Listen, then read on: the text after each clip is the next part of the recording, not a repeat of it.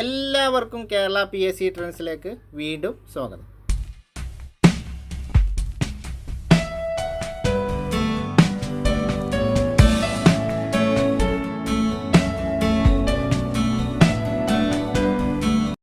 Science chapters SCRT ചാപ്റ്റേഴ്സുള്ള പ്രകാരമുള്ള ക്ലാസ്സുകളാണ് നമ്മുടെ വീഡിയോയിൽ വന്നുകൊണ്ടിരിക്കുന്നത്. അപ്പോൾ വീഡിയോയിലേക്ക് പോകുന്നതിന് മുമ്പ് നമ്മുടെ ചാനൽ ഇഷ്ടപ്പെട്ടാൽ മാത്രം നിങ്ങൾ ചാനലൊന്ന് സബ്സ്ക്രൈബ് ചെയ്യുക. നിങ്ങൾക്ക് ഉപകാരപ്പെട്ടതുപോലെ മറ്റുള്ളവർക്കും ഉപകാരപ്പെടുമെന്ന ബോധ്യമുണ്ടെങ്കിൽ ഷെയർ ചെയ്ത് മറ്റുള്ളവരിലേക്കും എത്തിക്കുക. നമ്മുടെ ടെലിഗ്രാം ചാനൽ ജോയിൻ ചെയ്യാൻ താല്പര്യമുള്ളവർ മുകളിൽ കാണുന്നത് പോലെ കേരള PSC ട്രെൻഡ്സ് എന്ന് സെർച്ച് ചെയ്തുകൊണ്ട് നമ്മുടെ ടെലിഗ്രാം ചാനൽ ജോയിൻ ചെയ്യുക, പോളുകളൊക്കെ അറ്റൻഡ് ചെയ്യുക. അപ്പോൾ നേരെ നമുക്ക് വീഡിയോയിലേക്ക് പോകാം. ആദ്യത്തെ ചോദ്യം നോക്കാം. താഴെ പറയുന്നവയിൽ നിന്ന് ശരിയല്ലാത്ത പ്രസ്താവന, അതായത് തെറ്റായ പ്രസ്താവന തിരഞ്ഞെടുക്കാനാണ്. പ്രസ്താവനകൾ നോക്കാം. ഉച്ഛ്വാസവായുവിലും നിശ്വാസവായുവിലും ഏറ്റവും കൂടുതൽ അടങ്ങിയ ഘടകം നൈട്രജനാണ്. ഉച്ഛ്വാസവായുവിലും നിശ്വാസവായുവിലും ഏറ്റവും കൂടുതൽ അടങ്ങിയ ഘടകം നൈട്രജനാണ്. 78% ശരിയാണ്. അപ്പോൾ ഉച്ഛ്വാസവായു ആണെങ്കിലും നിശ്വാസവായു ആണെങ്കിലും അതിൽ ഏറ്റവും കൂടുതൽ അടങ്ങിയ ഘടകം ഏതാണ്? നൈട്രജനാണ്. 78% നൈട്രജനാണ് ഉച്ഛ്വാസവായു ആണെങ്കിലും നിശ്വാസവായു ആണെങ്കിലും അതിൽ അടങ്ങിയിട്ടുള്ളത്. ഉച്ഛ്വാസവായുവിൽ ഏറ്റവും കുറവുള്ള ഘടകം കാർബൺ ഡൈ ഓക്സൈഡാണ്. ഉച്ഛ്വാസവായു എന്ന് പറഞ്ഞാൽ നമ്മൾ ഉള്ളിലേക്ക് എടുക്കുന്ന വായു, പുറത്തുനിന്ന് ഉള്ളിലേക്ക് എടുക്കുന്ന വായുവാണ് ഉച്ഛ്വാസവായു. അപ്പോൾ ഉച്ഛ്വാസവായുവിൽ ഏറ്റവും കുറവുള്ള ഘടകം കാർബൺ ഡൈ ഓക്സൈഡാണ്. ശരിയാണ്. കാരണം കാർബൺ ഡൈ ഓക്സൈഡ് നമ്മൾ പുറന്തള്ളുന്നതാണ്, അകത്തേക്ക് വലിച്ചെടുക്കുന്നത് ഓക്സിജനാണ്. അപ്പോൾ നമുക്കറിയാം. അപ്പോൾ സ്വാഭാവികമായിട്ടും ഉച്ഛ്വാസവായുവിൽ ഏറ്റവും കുറവുള്ള ഘടകം കാർബൺ ഡൈ ഓക്സൈഡ് എന്നുള്ള പ്രസ്താവന എന്താണ്? ശരിയാണ്. നിശ്വാസവായുവിൽ ഏറ്റവും കുറവുള്ള ഘടകം, അതായത് പുറത്തേക്ക് വിടുന്ന വായുവിൽ ഏറ്റവും കുറവുള്ള ഘടകം ഓക്സിജനാണ്. നിശ്വാസവായുവിൽ ഏറ്റവും പുറത്തേക്ക് വിടുന്ന അല്ലെങ്കിൽ വായുവിലുള്ള ഏറ്റവും കുറവുള്ള ഘടകം ഓക്സിജനാണ്. ആ പ്രസ്താവന തെറ്റാണ്. ഓക്സിജൻ അല്ല, ജലബാഷ്പമാണ്. ജലബാഷ്പമാണ് എന്താണ് നിശ്വാസവായുവിൽ ഏറ്റവും കുറവുള്ള ഘടകം. നിശ്വാസവായുവിൽ ഏറ്റവും കുറവുള്ള ഘടകം ഏതാണ്? ജലബാഷ്പമാണ്. അപ്പോൾ മൂന്നാമത്തെ പ്രസ്താവനയാണ് ഇതിൽ തെറ്റ്. ഇനി നാലാമത്തെ പ്രസ്താവന നോക്കാം. നിശ്വാസവായുവിലെയും ഉച്ഛ്വാസവായുവിലെയും ഘടകങ്ങളാണ് oxygen, carbon dioxide, nitrogen, ജലബാഷ്പം എന്നിവ. അപ്പോൾ അതും ശരിയാണ്. അപ്പോൾ നിശ്വാസവായുവിലെയും ഉച്ഛ്വാസവായുവിലെയും പ്രധാന ഘടകങ്ങൾ എന്ന് പറഞ്ഞാൽ എന്തൊക്കെയാണ്? Oxygen, carbon dioxide, nitrogen, ജലബാഷ്പം.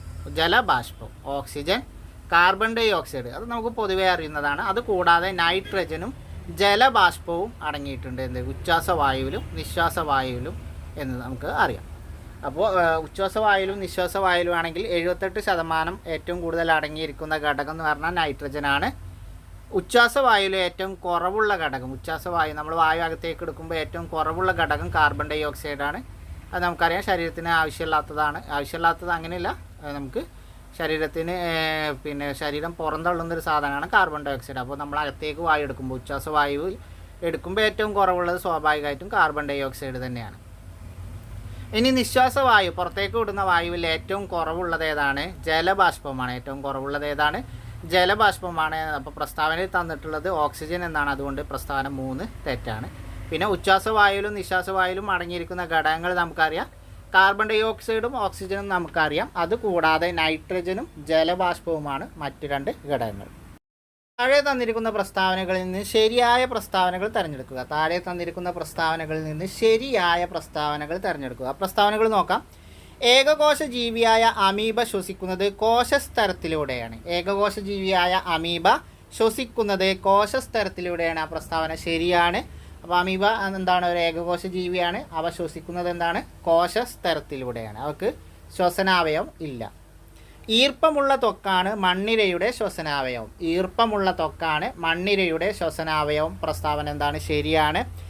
നളികാജാലകമാണ് ഷഡ്പദങ്ങളുടെ ശ്വസനാവയവം എന്ന് പറയുന്നത് നളികാജാലകമാണ്. അവിടെ തൊലിയോട് ചേർന്നിട്ടുള്ള ചെറു സുഷിരങ്ങളെയാണ് നളികാജാലകം. ആ സുഷിരങ്ങളോട് അനുബന്ധപ്പെട്ട് കാണപ്പെടുന്നതാണ് നളികാജാലകം എന്ന് പറയുന്നത്. ആ നളികാജാലകമാണ് ഷഡ്പദങ്ങളുടെ അവയവം എന്ന് പറയുന്നത്. ശരിയാണ്.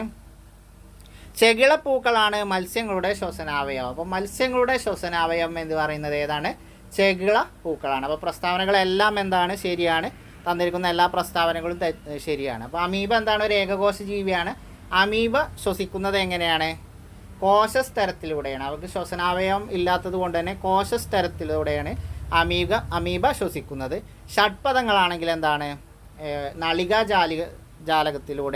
നളികാജാലമാണെന്ത് ഷഡ്പദങ്ങളുടെ ശ്വസനാവയവം. മണ്ണിരയുടേതാണെങ്കിൽ ഈർപ്പമുള്ളതൊക്കെയാണ് മണ്ണിരയുടെ ശ്വസനാവയവം. അതുകൊണ്ടാണ് മണ്ണിരകളെ ഈർപ്പമുള്ള മണ്ണിൽ ധാരാളമായി കാണപ്പെടുന്നത്. ഇനി മത്സ്യങ്ങളുടെ നമുക്കറിയാം, ചെകിളപ്പൂക്കളാണ് മത്സ്യങ്ങളുടെ ശ്വസനാവയവം. പ്രസ്താവനകളെല്ലാം എന്താണ്, ശരിയാണ്. കരയിലാകുമ്പോൾ ശ്വാസകോശം വഴിയും വെള്ളത്തിലാകുമ്പോൾ ത്വക്കിലൂടെയും ശ്വസനം നടത്താൻ കഴിയുന്ന ജീവികളാണ് ഉഭയജീവികൾ, മത്സ്യം, ഷഡ്പദങ്ങൾ, അമീബ. ഏതാണ് ഉത്തരം? ഓപ്ഷൻ എ ആണ്, ഉഭയജീവികളാണ്. അപ്പോൾ ഉഭയജീവികൾ ഉദാഹരണം ഏതാണ്? തവളയെ പോലുള്ള ഉഭയജീവികൾ എന്ത് ചെയ്യും? കരയിലാകുമ്പോൾ ശ്വാസകോശം വഴിയാണ്, വെള്ളത്തിലാകുമ്പോൾ ഇവ ശ്വസിക്കുന്നത് ത്വക്കിലൂടെയുമാണ്. അപ്പോൾ കരയിലാകുമ്പോൾ ശ്വാസകോശം വഴിയും വെള്ളത്തിലാവുമ്പോൾ ത്വക്കിലൂടെയും ശ്വസിക്കാൻ കഴിയുന്ന ജീവികളാണ് ഉഭയജീവികൾ എന്ന് പറയുന്നത്. ഉഭയജീവിക്ക് ഒരു ഉദാഹരണമാണ് ഇത് നമ്മുടെ തവള എന്ന് പറയുന്നത്. തവള എന്താണ്? ഉഭയജീവിക്ക് ഒരു ഉദാഹരണമാണ്. അപ്പോൾ വെള്ളത്തിലും കരയിലും ഒരുപോലെ ജീവിക്കാൻ കഴിയുന്ന ജീവികളാണ് ഉഭയജീവികൾ എന്ന് പറയുന്നത്. അതിനുദാഹരണമാണ് തവള. ഇവ എങ്ങനെയാണ്? കരയിലാവുമ്പോൾ ശ്വസനാവയവങ്ങളിലൂടെയാണ് ശ്വസിക്കുന്നത്. വെള്ളത്തിലാവുമ്പോൾ ഇവ ശ്വസിക്കുന്നത് അവയവങ്ങളിലൂടെയല്ല, ത്വക്കിലൂടെയാണ്. അപ്പോൾ വെള്ളത്തിലാവുമ്പോൾ ത്വക്കിലൂടെയും കരയിലാവുമ്പോൾ ശ്വസനാവയവങ്ങളിലൂടെയും ശ്വസിക്കുന്ന ജീവികളാണ് ഉഭയജീവികൾ എന്ന് പറയുന്നത്. വെള്ളത്തിലും കരയിലും ഒരുപോലെ ജീവിക്കാനുള്ള കഴിവുകൾ ജീവികൾക്കുണ്ട്. അപ്പോൾ അതിനൊരു ഉദാഹരണമാണ് നമ്മുടെ തവള എന്ന് പറയുന്നത്. താഴെ പറയുന്ന പ്രസ്താവനകളിൽ നിന്ന് ശരിയല്ലാത്ത പ്രസ്താവന തിരഞ്ഞെടുക്കുക. പ്രസ്താവനകൾ നോക്കാം. സസ്യങ്ങൾ അവയുടെ പരിസരത്തു നിന്ന് കാർബൺ ഡൈ ഓക്സൈഡ് സ്വീകരിക്കുകയും ഓക്സിജൻ തള്ളുകയും ചെയ്യുന്നു. സസ്യങ്ങൾ അവയുടെ പരിസരത്തു നിന്ന് കാർബൺ ഡൈ ഓക്സൈഡ് സ്വീകരിക്കുകയും ഓക്സിജൻ പുറന്തള്ളുകയും ചെയ്യുന്നു. ആ പ്രസ്താവന എന്താണ്? തെറ്റാണ്. സസ്യങ്ങളും ശ്വസിക്കുമ്പോൾ ചെയ്യുന്നത് എന്താണ്? മനുഷ്യന്മാരൊക്കെ ചെയ്യുന്ന അതേപോലെ തന്നെയാണ്. ഓക്സിജനെയാണ് പുറത്തെടുക്കുന്നത്, കാർബൺ ഡൈ ഓക്സൈഡിനെയാണ് പുറന്തള്ളുന്നത്. അപ്പോൾ ഒന്നാമത്തെ പ്രസ്താവന എന്താണ്? തെറ്റാണ്. സസ്യങ്ങളും എന്താണ്? ഓക്സിജൻ സ്വീകരിക്കുകയും കാർബൺ ഡൈ ഓക്സൈഡിനെ പുറത്തു വിടുകയുമാണ് ചെയ്യുന്നത്. അവ ആഹാരം ഉണ്ടാക്കാൻ, അതായത് പ്രകാശ സംശ്ലേഷണത്തിന് വേണ്ടിയാണെന്ത് കാർബൺ ഡൈ ഓക്സൈഡ് സ്വീകരിച്ച് ഓക്സിജൻ പുറത്തു വിടുന്നത്. എന്നാൽ ശ്വസിക്കുന്നതിന് വേണ്ടി സസ്യങ്ങളും മനുഷ്യരെ പോലെ തന്നെയാണ് ഓക്സിജനെ സ്വീകരിക്കുകയും കാർബൺ ഡൈ ഓക്സൈഡിനെ പുറത്തു വിടുകയാണ് ചെയ്യുന്നത്. എന്നാൽ മനുഷ്യൻ്റെ പോലെ എപ്പോഴും ഒന്നും സസ്യങ്ങൾ ശ്വസിക്കാറില്ല. അപ്പോൾ സസ്യങ്ങളും ശ്വസിക്കുമ്പോൾ ഓക്സിജനാണ് സ്വീകരിക്കുന്നത്, പുറത്ത് വിടുന്നത് കാർബൺ ഡൈ ഓക്സൈഡിനെയാണ്. എന്നാൽ പ്രകാശ സംശ്ലേഷണത്തിനാണെങ്കിൽ കാർബൺ ഡൈ ഓക്സൈഡിനെ സ്വീകരിച്ച് പ്രകാശ സംശ്ലേഷണം നടത്തി ഓക്സിജൻ പുറത്ത് വിടുന്നു. അപ്പോൾ രണ്ടും കൺഫ്യൂഷനായി അങ്ങോട്ടും ഇങ്ങോട്ടും മാറിയത്. അപ്പോൾ പ്രസ്ഥാനം ഒന്ന് തന്നെ തെറ്റാണ്. അല്ല, കാരണം എന്താണ്? ശ്വസിക്കുമ്പോൾ എന്ത് ചെയ്യും? അവ ഓക്സിജൻ ആണ് സ്വീകരിക്കുന്നത്, കാർബൺ ഡൈ ഓക്സൈഡ് അല്ല. ഇലയിലെ സൂക്ഷ്മ സുഷിരങ്ങളായ ആസ്യരന്ധ്രങ്ങൾ വഴിയാണ് ഈ വാതക വിനിമയം നടക്കുന്നത്. പ്രസ്താവന എന്താണ്? ശരിയാണ്. അപ്പോൾ സസ്യങ്ങളുടെ ഇലയിലെ സൂക്ഷ്മ സുഷിരങ്ങളാണ് ആസ്യരന്ധ്രങ്ങൾ എന്നറിയപ്പെടുന്നത്. ഈ ആസ്യരന്ധ്രങ്ങൾ വഴിയാണ് ഈ വാതക വിനിമയം, അതായത് ഓക്സിജനെ സ്വീകരിച്ച് കാർബൺ ഡൈ ഓക്സൈഡിനെ പുറന്തള്ളുന്ന ഈ ഒരു ശ്വസന പ്രക്രിയ സസ്യങ്ങൾ നടത്തുന്നത്. അപ്പോൾ സസ്യങ്ങളുടെ ഇലയിലെ ആസ്യരന്ധ്രങ്ങൾ എന്ന് പറഞ്ഞാൽ സസ്യങ്ങളുടെ ഇലയിൽ കാണപ്പെടുന്ന ചെറു സുഷിരങ്ങളാണ് ആസ്യരന്ധ്രങ്ങൾ. അവ വഴിയാണ് സസ്യങ്ങൾ അവയുടെ വാതക വിനിമയം നടത്തുന്നത്. ആ പ്രസ്താവന ശരിയാണ്. ജന്തുക്കളെ അപേക്ഷിച്ച് സസ്യങ്ങളിൽ ശ്വസന നിരക്ക് കുറവാണ്. അത് ശരിയാണ്. അപ്പോൾ ജന്തുക്കളെ അപേക്ഷിച്ച് സസ്യങ്ങളിൽ എന്താണ്? ശ്വസന നിരക്ക് കുറവാണ്. അപ്പോൾ സസ്യങ്ങൾ എപ്പോഴും ഒന്നും ശ്വസിക്കാറില്ല. അപ്പോൾ ജന്തുക്കളെ അപേക്ഷിച്ച് സസ്യങ്ങളിൽ എന്താണ്? ശ്വസന നിരക്ക് കുറവാണ്. ജീവികൾ അവയുടെ പരിസരത്തു നിന്ന് ഓക്സിജൻ സ്വീകരിക്കുകയും കാർബൺ ഡൈ ഓക്സൈഡ് പുറത്തുവിടുകയും ചെയ്യുന്ന പ്രക്രിയയാണ് ശ്വസനം. അതും എന്താണ്? ശരിയാണ്. അപ്പോൾ എന്താണ് ശ്വസന പ്രക്രിയ അല്ലെങ്കിൽ ശ്വസനം എന്ന് പറയുന്നത്? ജീവികൾ അവയുടെ പരിസരത്തു നിന്ന് ഓക്സിജൻ സ്വീകരിക്കുകയും കാർബൺ ഡൈ ഓക്സൈഡിനെ പുറത്തു വിടുകയും ചെയ്യുന്ന പ്രക്രിയയാണെന്ത്? ശ്വസനം എന്ന് പറയുന്നത്. ജീവികൾ അവയുടെ പരിസരത്തു നിന്ന് ഓക്സിജൻ സ്വീകരിക്കുകയും കാർബൺ ഡൈ ഓക്സൈഡ് പുറത്തു വിടുകയും ചെയ്യുന്ന പ്രക്രിയയാണ് ശ്വസനം. അപ്പോൾ ഇതിലെ പ്രസ്താവന ഒന്നാണ് തെറ്റ്. ഒന്നെന്താണ്? സസ്യങ്ങൾ ശ്വസന പ്രക്രിയ ശ്വസിക്കുമ്പോൾ എന്താണ്? ഓക്സിജനാണ് സ്വീകരിക്കുന്നത്, കാർബൺ ഡൈ ഓക്സൈഡ് അല്ല. സസ്യങ്ങളും മനുഷ്യർ ജീവികളെയൊക്കെ പോലെ തന്നെയാണ് ശ്വസിക്കുമ്പോൾ ഓക്സിജൻ സ്വീകരിക്കുകയും കാർബൺ ഡൈ ഓക്സൈഡിനെ പുറത്തു വിടുകയും ചെയ്യും. എന്നാൽ പ്രകാശ സംശ്ലേഷണത്തിന് വേണ്ടി കാർബൺ ഡൈ ഓക്സൈഡ് സ്വീകരിക്കുകയും ഓക്സിജൻ പുറത്തു വിടുകയുമാണ് ചെയ്യുന്നത്. അപ്പോൾ രണ്ടും കൺഫ്യൂഷനായി അങ്ങോട്ടും ഇങ്ങോട്ടും മാറരുത്. പ്രത്യേകം നോട്ട് ചെയ്ത് വെക്കുക. പിന്നെ ജന്തുക്കളെ അപേക്ഷിച്ച് സസ്യങ്ങളിൽ എന്താണ്? ശ്വസന നിരക്ക് കുറവാണ്. ഇങ്ങനെ ശ്വസിക്കാൻ വേണ്ടി സസ്യങ്ങൾ വാതക വിനിമയത്തിന് സസ്യങ്ങളെ സഹായിക്കുന്നത് ഇലയിലെ ചെറു സുഷിരങ്ങളാണ്. ഇങ്ങനെ ഇലയിലെ ഈ ചെറു സുഷിരങ്ങളെയാണ് ആസ്യരന്ധ്രങ്ങൾ എന്ന് പറയുന്നത്. അപ്പോൾ ഇത്രയും കാര്യങ്ങൾ ഓർത്തു വെക്കുക. ഓക്കെ, അപ്പോൾ നമുക്ക് അടുത്ത ചോദ്യം നോക്കാം. താഴെ പറയുന്ന പ്രസ്താവനകളിൽ നിന്ന് ശരിയല്ലാത്ത പ്രസ്താവന തിരഞ്ഞെടുക്കുക. താഴെ പറയുന്ന പ്രസ്താവനകളിൽ നിന്ന് ശരിയല്ലാത്ത പ്രസ്താവന തിരഞ്ഞെടുക്കുക. ശരീരത്തിലെ എല്ലാ കോശങ്ങൾക്കും ഓക്സിജൻ എത്തിച്ചു കൊടുക്കുകയും കോശങ്ങളിൽ നിന്ന് കാർബൺ ഡൈ ഓക്സൈഡ് സ്വീകരിച്ച് അതിനെ ശ്വാസകോശത്തിൽ എത്തിക്കുകയും ചെയ്യുന്നത് രക്തമാണ്. പ്രസ്താവന എന്താണ്? ശരിയാണ്. അപ്പോൾ ശരീരത്തിലെ എല്ലാ കോശങ്ങളിൽ നിന്നും എല്ലാ കോശങ്ങൾക്കും ഓക്സിജൻ എത്തിച്ചു കൊടുക്കുകയും കോശങ്ങളിൽ നിന്ന് കാർബൺ ഡൈ ഓക്സൈഡ് സ്വീകരിച്ച് അതിനെ ശ്വാസകോശത്തിൽ എത്തിക്കുകയും ചെയ്യുന്നത് ആരാണ്? രക്തമാണ്. അപ്പോൾ ഒന്നാമത്തെ പ്രസ്താവന എന്താണ്? ശരിയാണ്. ദഹിച്ച ആഹാര ഘടകങ്ങളെ ചെറുകുടലിൽ നിന്ന് കോശങ്ങളിൽ എത്തിക്കുന്നതും രക്തമാണ്. അവിടെ വ്യക്തമാണ് എന്നാണ് കൊടുത്തുള്ളത്, ചെറിയൊരു മിസ്റ്റേക്കാണ്. രക്തമാണ് എന്നാണ് ഉദ്ദേശം. ഓക്കെ, അപ്പോൾ ദഹിച്ച ആഹാര ഘടകങ്ങളെ ചെറുകുടലിൽ നിന്ന് കോശങ്ങളിൽ എത്തിക്കുന്നതും രക്തമാണ്. പ്രസ്താവന എന്താണ്? ശരിയാണ്. കോശങ്ങളിൽ എത്തുന്ന ആഹാര ഘടകങ്ങളെ വിഘടിപ്പിച്ച് ഊർജം സ്വതന്ത്രം ആക്കുന്നത് കാർബൺ ഡൈ ഓക്സൈഡാണ്. ആ പ്രസ്താവന എന്താണ്? തെറ്റാണ്. കോശങ്ങളിൽ എത്തുന്ന ആഹാര ഘടകങ്ങളെ വിഘടിപ്പിച്ച് ഊർജം സ്വതന്ത്രമാക്കുന്നത് കാർബൺ ഡൈ ഓക്സൈഡ് അല്ല, ഓക്സിജനാണ്. ആരാണ്? ഓക്സിജനാണ്. അതുകൊണ്ടാണ് നമുക്ക് ഓക്സിജൻ ആവശ്യമായി വരുന്നത്. ആഹാര ഘടകങ്ങളെയും ഓക്സിജനെയും രക്തം സംവഹനം ചെയ്യുന്നു. ആഹാര ഘടകങ്ങളെയും ഓക്സിജനെയും രക്തം സംവഹനം ചെയ്യുന്നു. ആ പ്രസ്താവനയും എന്താണ്? ശരിയാണ്. അപ്പോൾ ഇതിലെ മൂന്നാമത്തെ പ്രസ്താവനയാണ് എന്ത്? തെറ്റായ പ്രസ്താവന എന്ന് പറയുന്നത്. അതിൻ്റെ തെറ്റെന്താണ്?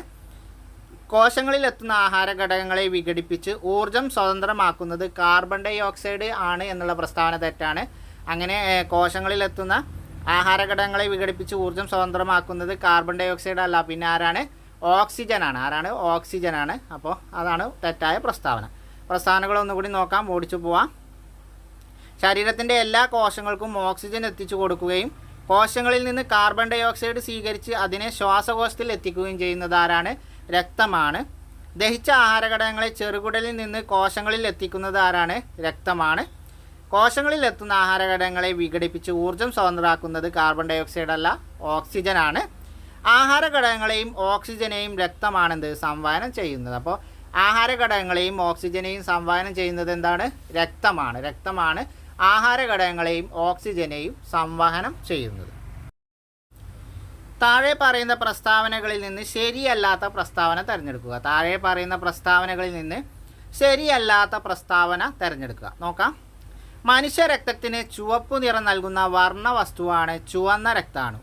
മനുഷ്യരക്തത്തിന് ചുവപ്പ് നിറം നൽകുന്ന വർണ്ണവസ്തുവാണ് ചുവന്ന രക്താണു എന്നുള്ള പ്രസ്താവന എന്താണ്? തെറ്റാണ്. ചുവന്ന രക്താണു അല്ല, ഹീമോഗ്ലോബിനാണ്. ഏതാണ്? ഹീമോഗ്ലോബിനാണ്. അപ്പോൾ മനുഷ്യരക്തത്തിന് ചുവപ്പ് നിറം നൽകുന്ന വർണ്ണവസ്തു ഏതാണ്? ഹീമോഗ്ലോബിനാണ്, അല്ലാതെ ചുവന്ന രക്താണുവല്ല. അപ്പോൾ മനുഷ്യ രക്തത്തിന് ചുവപ്പ് നിറം നൽകുന്ന വർണ്ണവസ്തു ഏതാണ്? ഹീമോഗ്ലോബിനാണ്. ഏതാണ്? ഹീമോഗ്ലോബിനാണ്. ഇരുമ്പിൻ്റെ അംശവും പ്രോട്ടീനും അടങ്ങിയ സംയുക്തമാണെന്ത്? ഹീമോഗ്ലോബിൻ. ആ പ്രസ്താവന ശരിയാണ്. ഇരുമ്പിൻ്റെ അംശവും പ്രോട്ടീനും അടങ്ങിയ സംയുക്തമാണേത്? ഹീമോഗ്ലോബിൻ. ഓക്സിജൻ്റെയും കാർബൺ ഡൈ ഓക്സൈഡിൻ്റെയും സംവഹനത്തിൽ ഹീമോഗ്ലോബിൻ പങ്കുവഹിക്കുന്നു. ഓക്സിജൻ്റെയും കാർബൺ ഡൈ ഓക്സൈഡിൻ്റെയും സംവഹനത്തിൽ ഹീമോഗ്ലോബിൻ പങ്കുവഹിക്കുന്നു. ആ പ്രസ്താവനയും എന്താണ്? ശരിയാണ്. അപ്പോൾ ഓക്സിജൻ്റെയും കാർബൺ ഡൈ ഓക്സൈഡിൻ്റെയും സംവഹനത്തിൽ പങ്കുവഹിക്കുന്നത് ആരാണ്? ഹീമോഗ്ലോബിനാണ്. ഹീമോഗ്ലോബിൻ എന്താണ്? ഇരുമ്പിൻ്റെ അംശവും പ്രോട്ടീനും അടങ്ങിയ സംയുക്തമാണ് ഹീമോഗ്ലോബിന്. ഹീമോഗ്ലോബിനാണ് എന്ത്? രക്തത്തിന് ചുവപ്പ് നിറം നൽകുന്ന വർണ്ണവസ്തു എന്ന് പറയുന്നത്. അപ്പോൾ ഇതിൽ തന്നിരിക്കുന്ന പ്രസ്താവന ഒന്നാമത്തതാണ് തെറ്റ്. രക്തത്തിന് ചുവപ്പ് നിറം നൽകുന്ന വർണ്ണവസ്തു ചുവന്ന രക്താണു ആണ് എന്നുള്ള പ്രസ്താവനയാണ് ഒന്നാമത് തന്നിരിക്കുന്നത്. അത് തെറ്റാണ്. ചുവന്ന രക്താണു അല്ല, ഹീമോഗ്ലോബിനാണ്. അപ്പോൾ രക്തത്തിന് ചുവപ്പ് നിറം നൽകുന്ന വർണ്ണവസ്തു ഏതാണ്? ഹീമോഗ്ലോബിനാണ്. അതുപോലെ പ്രോട്ടീനും ഇരുമ്പും അടങ്ങിയ സംയുക്തമാണ് ഹീമോഗ്ലോബിന്. കാർബൺ ഡൈ ഓക്സൈഡിൻ്റെയും ഓക്സിജൻ്റെയും സംവഹനത്തിൽ പ്രധാന പങ്ക് വഹിക്കുന്നതും ആരാണ്? ഹീമോഗ്ലോബിനാണ്. അപ്പോൾ പ്രസ്താവനകൾ എന്താണ്? തെറ്റ് ഒന്നാമത്തതാണ്. ബാക്കിയുള്ള പ്രസ്താവന എല്ലാം എന്താണ്? ശരിയാണ്. താഴെ തന്നിരിക്കുന്നവയിൽ നിന്ന് ശരിയായ പ്രസ്താവനകൾ തിരഞ്ഞെടുക്കുക. താഴെ തന്നിരിക്കുന്ന പ്രസ്താവനകളിൽ നിന്ന് ശരിയായ പ്രസ്താവനകൾ തിരഞ്ഞെടുക്കുക. നോക്കാം. ഷഡ്പദങ്ങളിൽ ശരീര അറകളിൽ നിറഞ്ഞിരിക്കുന്ന ദ്രാവകത്തിലൂടെയാണ് പദാർത്ഥ സംവഹനം നടക്കുന്നത്. ഷഡ്പദങ്ങളിൽ ശരീര അറകളിൽ നിറഞ്ഞിരിക്കുന്ന ദ്രാവകത്തിലൂടെയാണ് പദാർത്ഥ സംവഹനം നടക്കുന്നത്. പ്രസ്താവന ഒന്നെന്താണ്? ശരിയാണ്. അപ്പോൾ ഷഡ്പദങ്ങളിൽ പദാർത്ഥ സംവഹനം നടക്കുന്നത് എങ്ങനെയാണ്? ശരീര അറകളിൽ, അവയുടെ ശരീര അറകളിൽ നിറഞ്ഞിരിക്കുന്ന ദ്രാവകങ്ങൾ വഴിയാണ് അവയിൽ പദാർത്ഥ സംവഹനം നടക്കുന്നത്. ഹീമോഗ്ലോബിൻ ഇല്ലാത്തതിനാൽ ഈ ദ്രാവകത്തിന് ചുവപ്പ് നിറമില്ല. ഒഴുകാൻ പ്രത്യേക കുഴലുകളും ഇല്ല. അപ്പോൾ ഹീമോഗ്ലോബിൻ ഇല്ലാത്തത് കൊണ്ട് തന്നെ ഈ ഒരു ശരീര അറകളിൽ നിറഞ്ഞിരിക്കുന്ന ഈ ദ്രാവകത്തിന് എന്താണ്? ചുവപ്പ് നിറം ഇല്ല. അതുപോലെ എന്താണ്? ഒഴുകുന്നതിന് വേണ്ടിയിട്ട് പ്രത്യേക കുഴലുകളും ഇല്ല. ഏകകോശ ജീവികളിൽ പദാർത്ഥ സംവഹനത്തിന് പ്രത്യേക സംവിധാനം ആവശ്യമില്ല. ഏകകോശ ജീവികളിൽ, അതായത് നമ്മൾ അമീബ പോലുള്ള ഏകകോശ ജീവികളിൽ പദാർത്ഥ സംവഹനത്തിന് പ്രത്യേക സംവിധാനം ആവശ്യമില്ല. ശരിയാണ്. കോശദ്രവ്യമാണ് ഏകകോശ ജീവികളുടെ പദാർത്ഥ സംവഹന മാധ്യമം. അതും ശരിയാണ്. അപ്പോൾ കോശദ്രവ്യമാണെന്ത്? ഏകകോശ ജീവികളുടെ പദാർത്ഥ സംവഹന മാർഗം എന്ന് പറയുന്നത്, മാധ്യമം എന്ന് പറയുന്നത്. അപ്പോൾ പ്രസ്താവനകളെല്ലാം എന്താണ്? ശരിയാണ്. തന്നിരിക്കുന്ന പ്രസ്താവനകളെല്ലാം ശരിയാണ്. അപ്പോൾ നമുക്ക് പ്രസ്താവനകൾ ഒന്നുകൂടി നോക്കാം. ഷഡ്പദങ്ങളിലെ ശരീര അറകളിൽ നിറഞ്ഞിരിക്കുന്ന ദ്രാവകത്തിലൂടെയാണ് പദാർത്ഥ സംവഹനം നടക്കുന്നത്. ഷഡ്പദങ്ങളുടെ ശരീര അറകളിൽ നിറഞ്ഞിരിക്കുന്ന ദ്രാവകത്തിലൂടെയാണ് പദാർത്ഥ സംവഹനം നടക്കുന്നത്. ശരിയാണ്. ഹീമോഗ്ലോബിൻ ഇല്ലാത്തതിനാൽ ഈ ദ്രാവകത്തിന് ചുവപ്പ് നിറമില്ല. ഒഴുകാൻ പ്രത്യേക കുഴലുകളും ഇല്ല. ശരിയാണ്. ഏകകോശ ജീവികളിൽ പദാർത്ഥ സംവഹനത്തിന് പ്രത്യേക സംവിധാനം ആവശ്യമില്ല. ഏകകോശ ജീവികളിൽ പദാർത്ഥ സംവഹനത്തിന് പ്രത്യേക സംവിധാനം ആവശ്യമില്ല. കോശദ്രവ്യമാണ് ഏകകോശ ജീവികളുടെ പദാർത്ഥ സംവഹന മാധ്യമം. അപ്പോൾ പ്രത്യേക സംവിധാനം ആവശ്യമില്ല എന്ന് പറഞ്ഞു. അപ്പോൾ കോശദ്രവ്യമാണെന്ത്? ഏകകോശ ജീവികളുടെ പദാർത്ഥ സംവഹന മാധ്യമം എന്ന് പറയുന്നത്. അപ്പോൾ പ്രസ്താവനകളെല്ലാം എന്താണ്? ശരിയാണ്. ചുവന്ന വിയർപ്പുള്ള ജീവി എന്നറിയപ്പെടുന്നത്, ബ്ലഡ് സ്വെറ്റ് അനിമൽ അല്ലെങ്കിൽ ചുവന്ന വിയർപ്പുള്ള ജീവി എന്നറിയപ്പെടുന്ന ജീവി ഏതാണ്? തവള, ഹിപ്പോപ്പൊട്ടാമസ്, കടുവ, പുള്ളിമാൻ. ഏതാണ്? ഉത്തര ഓപ്ഷൻ ബി ആണ്. ഹിപ്പോപ്പൊട്ടാമസ് ആണ്. ചുവന്ന വിയർപ്പുള്ള ജീവി എന്താണ്? ഹിപ്പോപ്പൊട്ടാമസ് ആണ്. ചുവന്ന വിയർപ്പുള്ള ജീവി എന്നറിയപ്പെടുന്നത് ഏതാണ്? ഓപ്ഷൻ ബി ആണ്. ഹിപ്പോപ്പൊട്ടാമസ് ആണ്. സത്യത്തിൽ എന്താണ്? ഇവയുടെ വിയർപ്പും അതുപോലെ എന്താണ് അവരുടെ രക്തവും ഒന്നല്ല ഈ ചുവപ്പ്. അവ എന്താണ്? അവരുടെ ശരീരത്തിൽ നിന്ന് ഈ രോഗാണുക്കളെ ചെറുക്കുന്നതിന് വേണ്ടി ഉണ്ടാക്കപ്പെടുന്ന ഒരു പ്രത്യേകം സ്രവമാണെന്ത്? ഈ ബ്ലഡ് സ്വെറ്റ് അല്ലെങ്കിൽ ചുവന്ന വിയർപ്പ് എന്നൊക്കെ അറിയപ്പെടുന്നത്. അതുകൊണ്ടാണ് ഹിപ്പോപ്പൊട്ടാമസിനെ ചുവന്ന വിയർപ്പുള്ള ജീവി എന്ന് പറയുന്നത്. അടുത്ത ചോദ്യം നോക്കാം. താഴെ പറയുന്ന പ്രസ്താവനകളിൽ നിന്ന് ശരിയല്ലാത്ത പ്രസ്താവന തിരഞ്ഞെടുക്കുക. താഴെ പറയുന്ന പ്രസ്താവനകളിൽ നിന്ന് ശരിയല്ലാത്ത പ്രസ്താവനകൾ തിരഞ്ഞെടുക്കുക. ഒന്നാമത്തെ പ്രസ്താവന നോക്കാം. ഹൃദയം, രക്തക്കുഴലുകൾ, രക്തം എന്നിവ ഉൾപ്പെട്ടതാണ് രക്തപര്യന വ്യവസ്ഥ. അപ്പോൾ എന്താണ് രക്തപര്യന വ്യവസ്ഥ എന്ന് പറഞ്ഞാൽ? ഹൃദയം, രക്തം, രക്തക്കുഴലുകൾ. ഹൃദയം, രക്തം, രക്തക്കുഴലുകൾ എന്നിവ ഉൾപ്പെട്ടതാണെന്ത്? രക്തപര്യന വ്യവസ്ഥ എന്നറിയപ്പെടുന്നത്. അപ്പോൾ ഒന്നാമത്തെ പ്രസ്താവന ശരിയാണ്. 3 തരം രക്തക്കുഴലുകളാണ് മനുഷ്യ ശരീരത്തിലുള്ളത്. ധമനികൾ, സിരകൾ, ലോമികകൾ. അപ്പോൾ മനുഷ്യ ശരീരത്തിൽ 3 തരം രക്തക്കുഴലുകളാണുള്ളത്. അവ ഏതൊക്കെയാണ്? സിരകൾ, ധമനികൾ, ലോമികകൾ. സിരകൾ, ധമനികൾ, ലോമികകൾ. ഇതൊക്കെ ഇനി നമുക്ക് 10ാം ക്ലാസ് ബയോളജിയിൽ വിശദമായി പഠിക്കാനുണ്ട്. അതുകൊണ്ടാണ് ഇപ്പോൾ ഇവിടെ കൂടുതൽ വിശദീകരിച്ച് പറയാത്തത്. അപ്പോൾ നമുക്ക് അത് ചർച്ച ചെയ്യുമ്പോൾ ആ ഭാഗത്ത് ചർച്ച ചെയ്യാം. ഓക്കെ. അപ്പോൾ ഇത് ബേസിക് കൺസെപ്റ്റ് മനസ്സിലാക്കിയാൽ മതി. ഹൃദയം, രക്തക്കുഴലുകൾ, രക്തം എന്നിവ ഉൾപ്പെട്ടതാണ് രക്തപര്യന വ്യവസ്ഥ. അതുപോലെ 3 തരം രക്തക്കുഴലുകളാണ് മനുഷ്യ ശരീരത്തിൽ ഉള്ളത്. ഏതൊക്കെയാണെന്ന് ചോദിച്ചാൽ ധമനികൾ, സിരകൾ, ലോമികകൾ. ധമനി, സിര, ലോമിക എന്നിങ്ങനെ 3 തരത്തിലുള്ള രക്തക്കുഴലുകളാണ് മനുഷ്യ ശരീരത്തിൽ ഉള്ളത്. രക്തപര്യന വ്യവസ്ഥയുടെ കേന്ദ്ര ഭാഗമാണേത്? ഹൃദയം എന്ന് പറയുന്നത്. അപ്പോൾ രക്തപര്യന വ്യവസ്ഥയുടെ കേന്ദ്ര ഭാഗം എന്ന് പറയുന്നത് ഏതാണ്? നമ്മുടെ ഹൃദയമാണ്. മനുഷ്യൻ്റെ ഹൃദയമാണ് രക്തപര്യന വ്യവസ്ഥയുടെ കേന്ദ്ര ഭാഗം എന്ന് അറിയപ്പെടുന്നത്. ഹൃദയം എന്ത് ചെയ്യും? ഹൃദയം രക്തത്തെ ശരീരത്തിൻ്റെ എല്ലാ ഭാഗത്തേക്കും പമ്പ് ചെയ്യും. അപ്പോൾ രക്തപര്യന വ്യവസ്ഥയുടെ കേന്ദ്രമാണ് ഹൃദയം. ഹൃദയം എന്താണ്? രക്തത്തെ ശരീരത്തിൻ്റെ എല്ലാ ഭാഗത്തേക്കും പമ്പ് ചെയ്യും. അപ്പോൾ രക്തത്തെ ശരീരത്തിൻ്റെ എല്ലാ ഭാഗത്തേക്കും പമ്പ് ചെയ്യുന്ന അവയവം എന്ന് പറഞ്ഞാൽ ഹൃദയമാണ്. അപ്പോൾ രക്തപര്യന വ്യവസ്ഥയുടെ കേന്ദ്രഭാഗം എന്നറിയപ്പെടുന്നത് ഹൃദയമാണ്. ഹൃദയമാണെന്ത് മനുഷ്യ ശരീരത്തിൻ്റെ എല്ലാ ഭാഗത്തേക്കും രക്തത്തെ പമ്പ് ചെയ്യുന്നത്. അപ്പോൾ ഈ 3 പ്രസ്താവനകളും എന്താണ്, ശരിയാണ്. ഇനി 4ാമത്തെ പ്രസ്താവന നോക്കാം. ഹൃദയമിടിപ്പ് അറിയാനുള്ള ഉപകരണമാണ് സ്റ്റെതസ്കോപ്പ്. ഇത് ആദ്യമായി നിർമ്മിച്ചത് ലൂയി പാസ്റ്ററാണ്. ആ പ്രസ്താവന എന്താണ്, തെറ്റാണ്.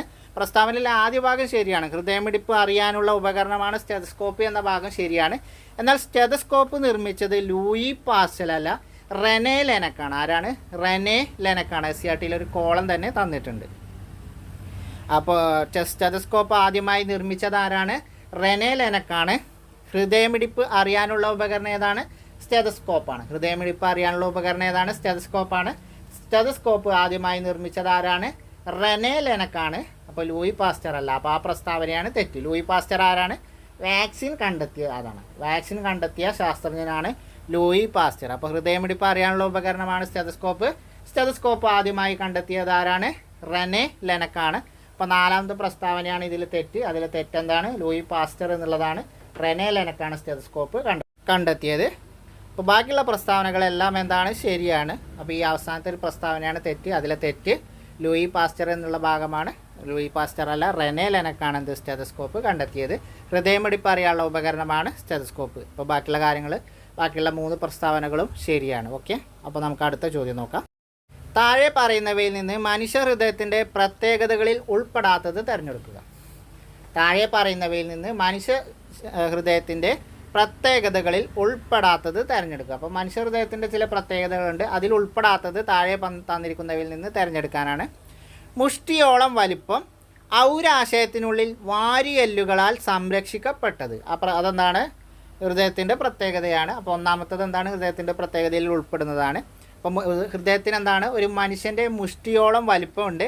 അതേപോലെ ഔരാശയത്തിൻ്റെ ഉള്ളിൽ വാരിയെല്ലുകളാൽ സംരക്ഷിക്കപ്പെട്ട രീതിയിലാണ് എന്ത്, നമ്മുടെ ഹൃദയം സ്ഥിതി ചെയ്യുന്നത്.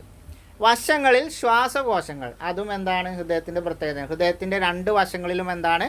ശ്വാസകോശങ്ങളാണ്. പെരികാർഡിയം എന്ന ഇരട്ട സ്തരം കൊണ്ടാണ് പൊതിഞ്ഞിരിക്കുന്നത്. ഹൃദയത്തെ പൊതിഞ്ഞിരിക്കുന്ന ഇരട്ട സ്തരം ഏതാണ്? പെരികാർഡിയം. അപ്പോൾ ഹൃദയത്തെ പൊതിഞ്ഞിരിക്കുന്ന ഇരട്ട സ്തരം ഏതാണ്? പെരികാർഡിയമാണ്. അപ്പോൾ പെരികാർഡിയം എന്ന ഇരട്ട സ്തരം കൊണ്ടാണ് എന്ത്, ഹൃദയത്തെ പൊതിഞ്ഞിരിക്കുന്നത്. നമുക്ക് കാർഡിയാക് അറസ്റ്റ് എന്ന് പറയും, നമ്മൾ ഹൃദയസ്തംഭനം, ഹാർട്ട് അറ്റാക്ക് എന്നൊക്കെ പറയാമല്ലോ. അപ്പോൾ കാർഡിയാക്ക് എന്ന് പറഞ്ഞാൽ ഹൃദയവുമായി ബന്ധപ്പെട്ടതാണല്ലോ. പെരികാർഡിയം, കാർഡിയാക്ക്, അങ്ങനെ കണക്ട് ചെയ്ത് വെച്ചാൽ മതി. അപ്പോൾ പെരികാർഡിയം എന്ന ഇരട്ട സ്തരം കൊണ്ട് പൊതിഞ്ഞതാണ് എന്ത്, ഹൃദയം. അടുത്തത് 3 അറകളാണ് ഉള്ളത്. ആ പ്രസ്താവന, ആ പ്രത്യേകത എന്താണ്? ഹൃദയത്തിൻ്റെ പ്രത്യേകത അത് തെറ്റാണ്. 3 അല്ല 4 അറകളാണ് എന്ത്, ഹൃദയത്തിനുള്ളത്. അപ്പോൾ മനുഷ്യ ഹൃദയത്തിൻ്റെ അറകളുടെ എണ്ണം എന്ന് പറഞ്ഞാൽ 3 അല്ല 4 ആണ്. മനുഷ്യ ഹൃദയത്തിലെ അറകളുടെ എണ്ണം 4 ആണ്. പക്ഷിയുടെയും മുതലയുടെയൊക്കെ ഹൃദയത്തിലെ അറകളുടെ എണ്ണം എന്ന് പറഞ്ഞാൽ എന്താണ്? 4 തന്നെയാണ്. അപ്പോൾ മനുഷ്യ ഹൃദയത്തിൻ്റെ അറകളുടെ എണ്ണം എത്രയാണ്? 4 ആണ്. ഇതിൽ തന്നിരിക്കുന്നത് 3 എന്നാണ്. അപ്പോൾ 4 എന്നുള്ളതാണ് ശരി, 3 എന്നുള്ളത് തെറ്റാണ്. അപ്പോൾ അതാണ് ഹൃദയത്തിൻ്റെ പ്രത്യേകതകളിൽ ഉൾപ്പെടാത്തത്, മനുഷ്യ ഹൃദയത്തിൻ്റെ പ്രത്യേകതകളിൽ ഉൾപ്പെടാത്തത്. അപ്പോൾ നമുക്ക് മനുഷ്യ ഹൃദയത്തിൻ്റെ പ്രത്യേകതകളൊന്ന് ഓടിച്ചു നോക്കാം. ഒരു മുഷ്ടിയോളം വലിപ്പം, കൈമുഷ്ടിയോളമാണ് മനുഷ്യ ഹൃദയത്തിൻ്റെ വലിപ്പം. ഔരാശയത്തിൻ്റെ ഉള്ളിൽ വാരിയെല്ലുകളാൽ സംരക്ഷിക്കപ്പെട്ട രീതിയിലാണ്. അപ്പോൾ നമ്മുടെ എന്താ പറയുക, ഹൃദയം സ്ഥിതി ചെയ്യുന്നത് ഔരാശയത്തിൻ്റെ ഉള്ളിലാണ്. വാരിയെല്ലുകൾ കൊണ്ട് സംരക്ഷിക്കപ്പെട്ട രീതിയിൽ ഔരാശയത്തിൻ്റെ ഉള്ളിലാണ് മനുഷ്യ ഹൃദയം സ്ഥിതി ചെയ്യുന്നത്. മനുഷ്യ ഹൃദയത്തിൻ്റെ 2 വശങ്ങളിലും എന്താണ്? ശ്വാസകോശങ്ങളാണ്. പെരികാർഡിയം എന്ന ഇരട്ട സ്തരം കൊണ്ടാണ് എന്ത്, ഹൃദയം പൊതിഞ്ഞ് സംരക്ഷിച്ചിരിക്കുന്നത്. അപ്പോൾ ഹൃദയത്തെ പൊതിഞ്ഞ് സംരക്ഷിച്ചിരിക്കുന്ന ഇരട്ട സ്തരമാണ് പെരികാർഡിയം. അതുപോലെ മനുഷ്യ ഹൃദയത്തിൻ്റെ അറകളുടെ എണ്ണം എന്ന് പറഞ്ഞാൽ 4 ആണ്. 4 അറകളാണ് മനുഷ്യ ഹൃദയത്തിന് ഉള്ളത്. അപ്പോൾ അത്രയാണ് ഹൃദയത്തെക്കുറിച്ച് നമുക്ക് നോക്കാനുള്ളത്. അപ്പോൾ അതിൽ തന്നിരിക്കുന്ന ചോദ്യത്തിൽ അവസാനത്തതാണ് 3 അറകൾ എന്നുള്ളതാണ് ഹൃദയത്തിൻ്റെ സവിശേഷതകളിൽ ഉൾപ്പെടാത്തത്. ബാക്കിയുള്ളതെല്ലാം ഹൃദയത്തിൻ്റെ സവിശേഷതകളാണ്. അപ്പോൾ നമുക്ക് അടുത്ത ചോദ്യം നോക്കാം. ജീവികളും ഹൃദയ അറകളുടെ എണ്ണവും തമ്മിലുള്ള ജോഡിയിൽ നിന്ന് ശരിയല്ലാത്ത ജോഡി തിരഞ്ഞെടുക്കുക. അപ്പോൾ താഴെ തന്നിരിക്കുന്നത് എന്താണ്? ജീവികളും അവയുടെ ഹൃദയ അറകളുടെ എണ്ണവും തമ്മിലുള്ള ജോഡിയാണ്. ആ ജോഡിയിൽ നിന്ന് ശരിയല്ലാത്ത ജോഡി, അതായത് തെറ്റായ ജോഡി തിരഞ്ഞെടുക്കാനാണ്. ഒന്നാമത്തേത് നോക്കാം. മണ്ണിര 5 ജോഡി പാർശ്വഹൃദയങ്ങൾ. മണ്ണിര 5 ജോഡി പാർശ്വഹൃദയങ്ങൾ ശരിയാണ്. അപ്പോൾ മണ്ണിരക്ക് എത്ര ഹൃദയമാണ്? 5 ജോഡി പാർശ്വഹൃദയങ്ങൾ. പാർശ്വഹൃദയം എന്ന് പറഞ്ഞാൽ പുറമേയുള്ള 5 ജോഡി പാർശ്വഹൃദയങ്ങളാണ് മണ്ണിരക്കുള്ളത്. കൂറ 13 അറകളുള്ള ഹൃദയം. അപ്പോൾ കൂറ അല്ലെങ്കിൽ പാറ്റയുടെ ഹൃദയത്തിലെ അറകളുടെ എണ്ണം എന്ന് ചോദിച്ചാൽ 13 കൂറയുടെ ഹൃദയത്തിലെ അറകളുടെ എണ്ണം എത്രയാണ്? 13 മത്സ്യം 2 അറകളുള്ള ഹൃദയം. അപ്പോൾ മത്സ്യത്തിൻ്റെ ഹൃദയ അറകളുടെ എണ്ണം 2. പല്ലി 3 അറകളുള്ള ഹൃദയം. അപ്പോൾ പല്ലിയുടെ ഹൃദയ അറകളുടെ എണ്ണം എത്രയാണ്? 3. മുതല 4 അറകളുള്ള ഹൃദയം. അപ്പോൾ മനുഷ്യൻ്റെ പോലെ തന്നെയാണ് മുതലയും 4 അറകളുള്ള ഹൃദയമാണ്. അതും എന്താണ്? ശരിയാണ്.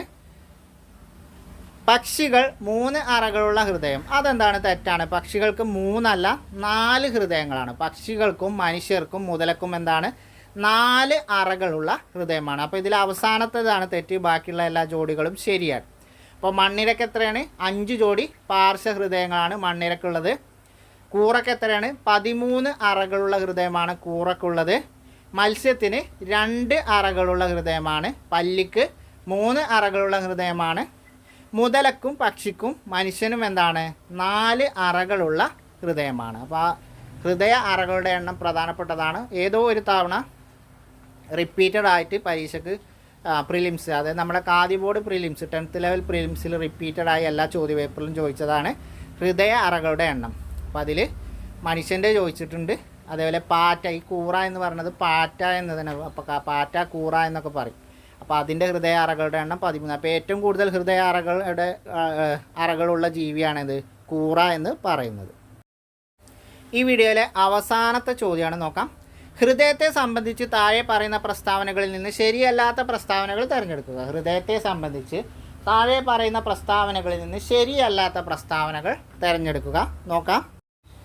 മനുഷ്യഭ്രൂണത്തിന് 22 ദിവസം പ്രായമാകുമ്പോൾ മുതൽ ഹൃദയം സ്പന്ദിക്കാൻ തുടങ്ങുന്നു. മനുഷ്യഭ്രൂണത്തിന് 22 ദിവസം പ്രായമാകാൻ തുടങ്ങുന്നത് മുതൽ ഹൃദയം സ്പന്ദിക്കാൻ തുടങ്ങുന്നു. അതെന്താണ്? ശരിയാണ്. അപ്പോൾ ഹൃദയം സ്പന്ദിക്കാൻ തുടങ്ങുന്നത് എപ്പോൾ മുതലാണ്?